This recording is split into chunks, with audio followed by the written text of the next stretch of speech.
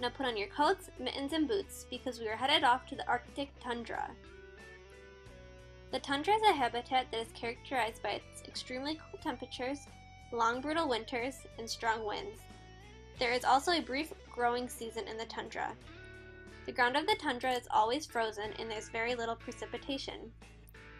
There is very little plant and animal life in the tundra due to the extreme cold conditions.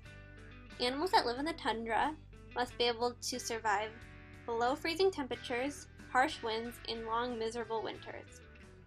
Polar bears can live in the tundra because their bodies are built for it.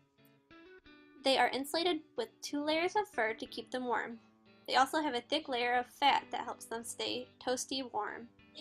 They eat seals that live in the water. Arctic foxes also have thick layers of fur to help them survive and stay warm in the tundra. They eat basically whatever they can find out there, even if it's the polar bear's leftovers.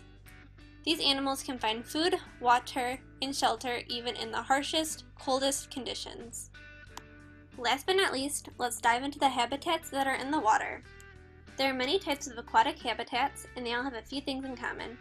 Obviously, they all contain water, and they all contain animals that can survive in the water. The different types of aquatic habitats are lakes, rivers, seas, and ponds. But today we are going to talk about the ocean. There are 5 oceans: the Atlantic Ocean, the Pacific Ocean, the Indian Ocean, the Arctic Ocean, and the Southern Ocean, or people call it the Antarctic Ocean.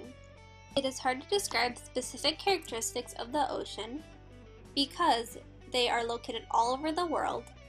In fact, they covered 71% of the Earth.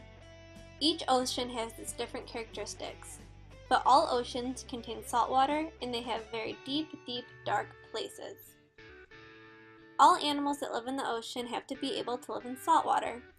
Animals like sharks, dolphins, whales, and clownfish live in the oceans.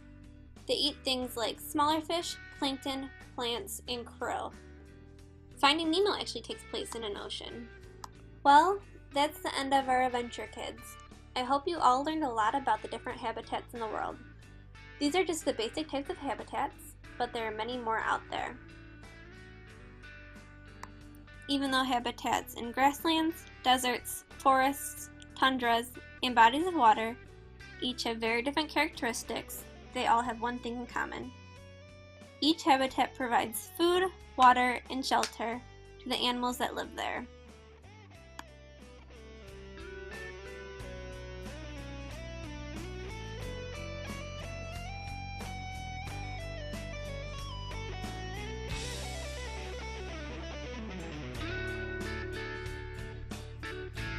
Created using Powtoon.